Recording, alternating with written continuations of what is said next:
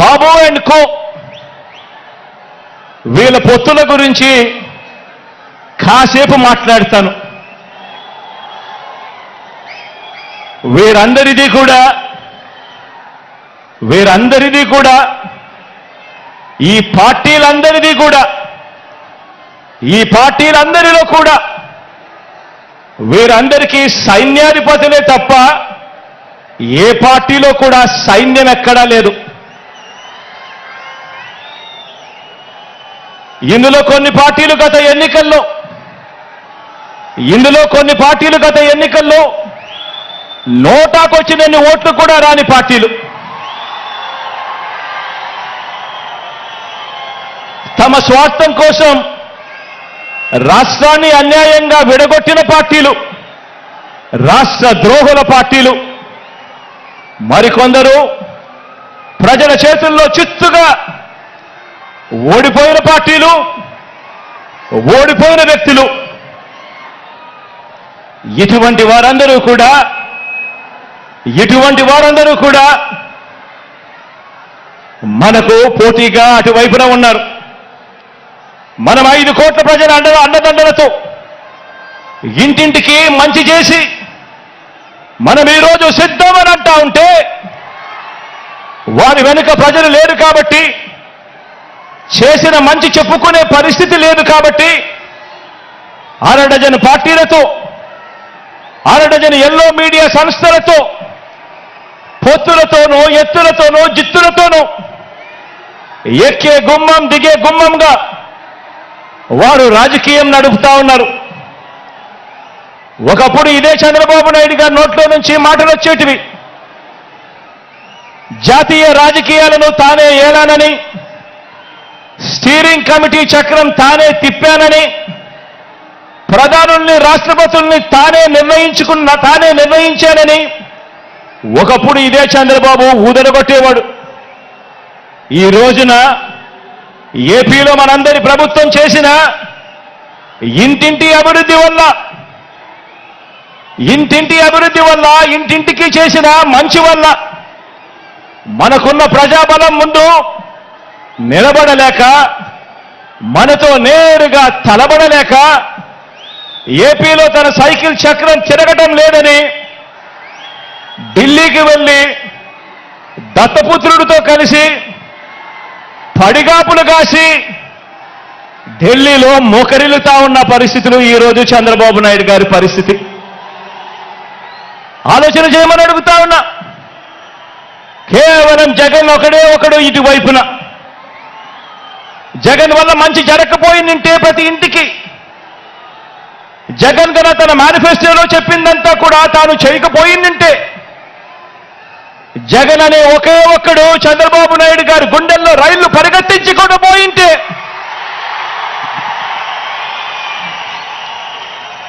చంద్రబాబు నాయుడు గారు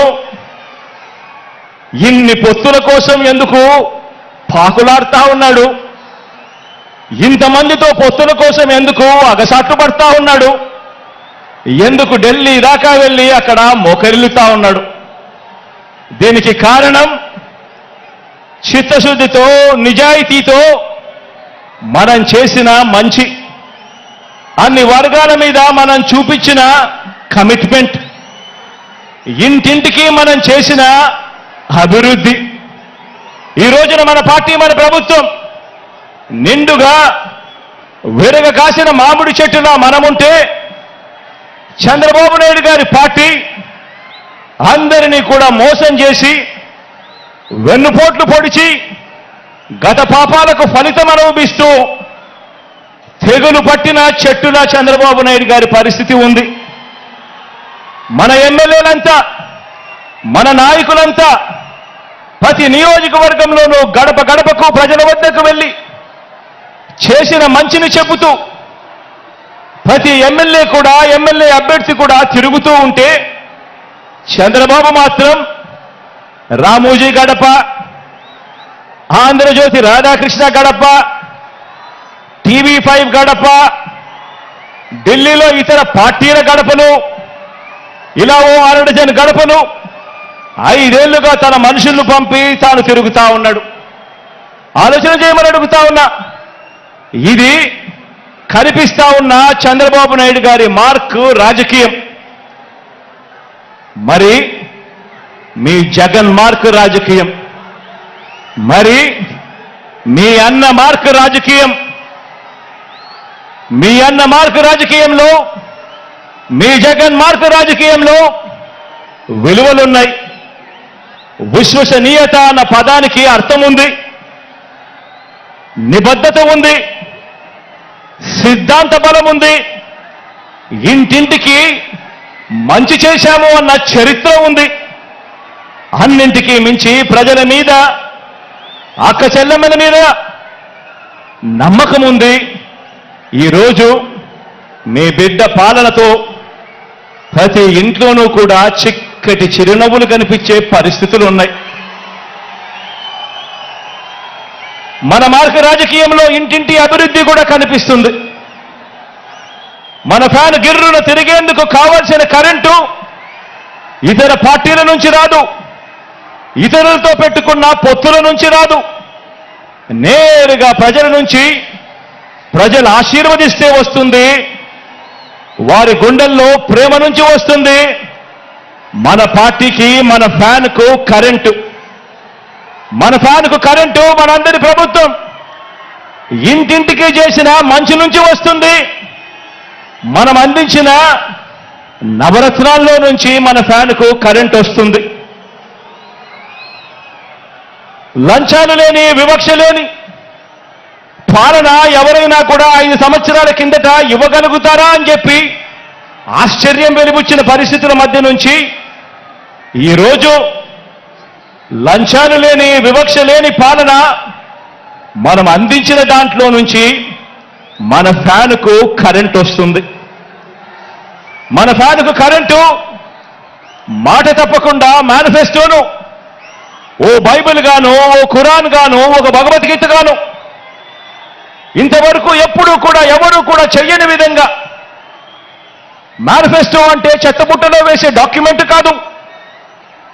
మేనిఫెస్టో అనంటే ఒక పవిత్ర గ్రంథం అని భావించి 99% హామీలు అమలు చేసిన ఆ నిజాయితీ నుంచి ఈరోజు మన ఫ్యాన్కు కరెంటు వస్తుంది.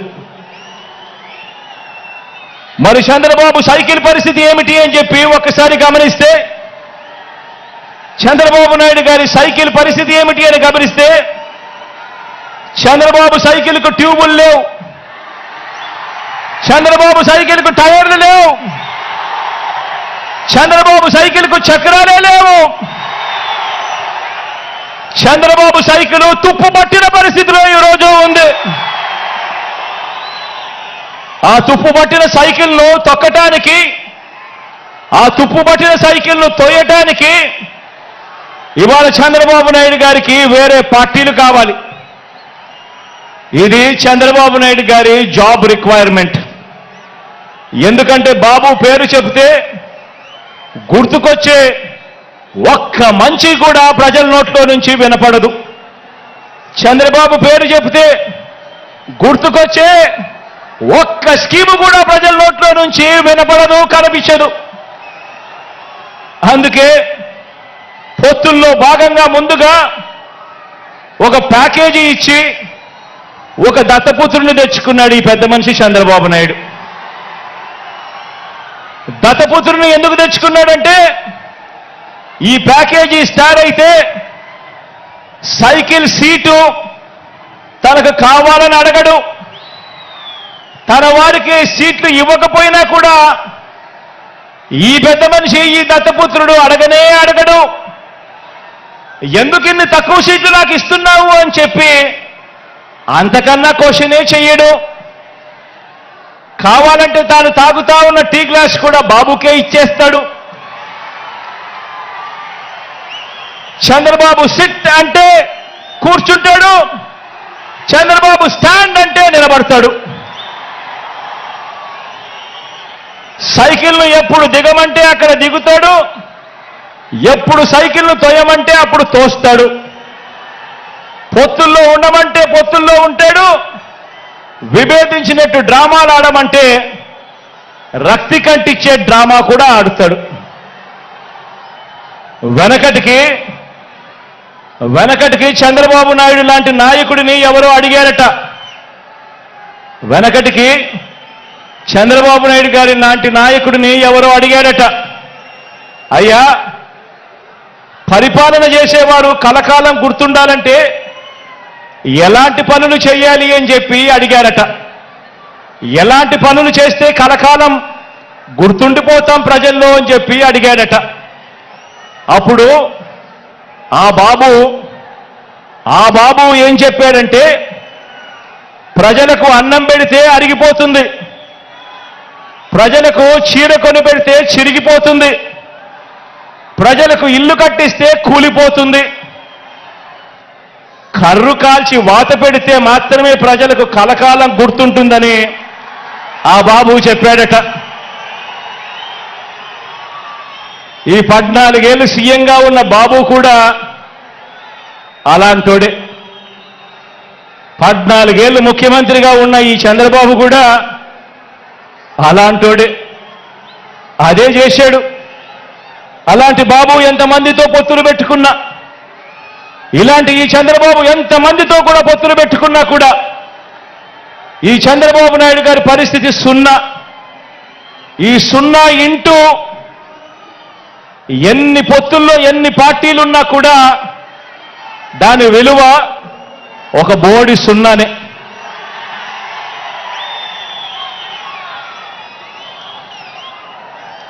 ఆశ్చర్యం ఏమిటో తెలుసా, ఇప్పుడు చంద్రబాబు నాయుడు గారు ముగ్గురితో కలిసి పొత్తు అని అంటా ఉన్నాడు, 3 పార్టీలతో పొత్తు అని అంటా ఉన్నాడు. ఈ ముగ్గురు కలిసి 2014లో ఇలానే పొత్తుగా ఏర్పడి 2014లో ఒకే స్టేజ్ మీద కూర్చొని వీళ్ళంతా కూడా భాషణలు ఇచ్చారు, మీటింగులు పెట్టారు. ఒకే ప్రకటనలో ఇలా ముగ్గురు ఫోటోలు వేసి ఒకే ప్రకటనలో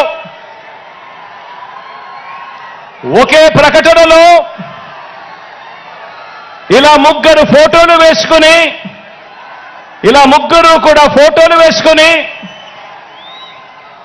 చంద్రబాబు నాయుడు గారి సంతకం పెట్టి ఇంటింటికి ఈ పాంఫ్లెట్ను పంపించాడు. ఇంటింటికి పంపించిన ఈ పాంఫ్లెట్లో చంద్రబాబు నాయుడు గారు ఏం రాశారో తెలుసా?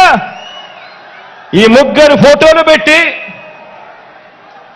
చంద్రబాబు నాయుడు గారి సంతకం పెట్టి 2014లో వీళ్ళే కూటమిగా ఏర్పడి ఇంటింటికి పంపించిన ఈ పాంఫ్లెట్లో వీళ్ళు రాసిన మాటలు, రైతులకు రుణమాఫీ పైన మొదటి సంతకం చేస్తాను, డ్వాక్రా సంఘాల రుణాలన్నీ పూర్తిగా రద్దు చేస్తాము, మహిళల రక్షణకు ఉమెన్ ప్రొటెక్షన్ ఫోర్స్ ఏర్పాటు చేస్తాము, ఆడబిడ్డ పుట్టిన వెంటనే మహాలక్ష్మి పథకం కింద 25,000 రూపాయలు బ్యాంకు అకౌంట్లో డిపాజిట్ చేస్తాము,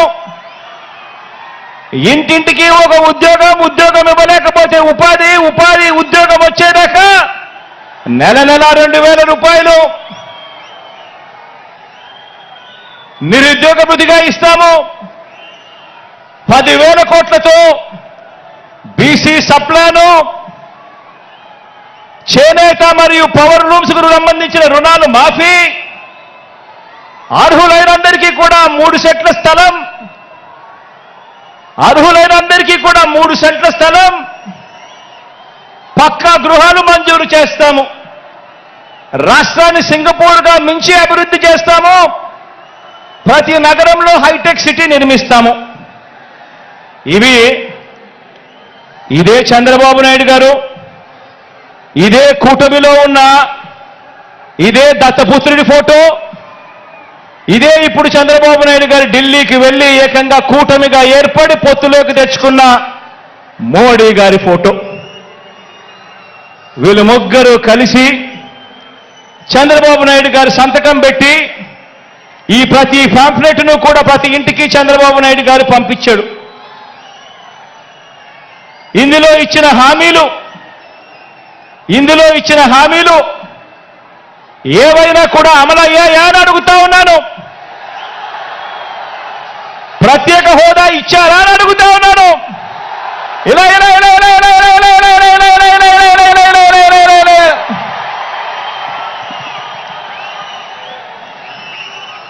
మరి ఇవి గతంలో చేయకుండా మరి పొత్తులో వీళ్ళంతా కూడా భాగమై ఈ మాదిరిగా మీటింగులు పెట్టి మేనిఫెస్టో అని చెప్పి మేనిఫెస్టోలో ఇవన్నీ పెట్టి పాంఫ్లెట్లుగా ఇవన్నీ చేసి ఏకంగా చంద్రబాబు నాయుడు గారి సంతకం పెట్టి ప్రతి ఇంటికి కూడా ఈ మాదిరిగా పంపించి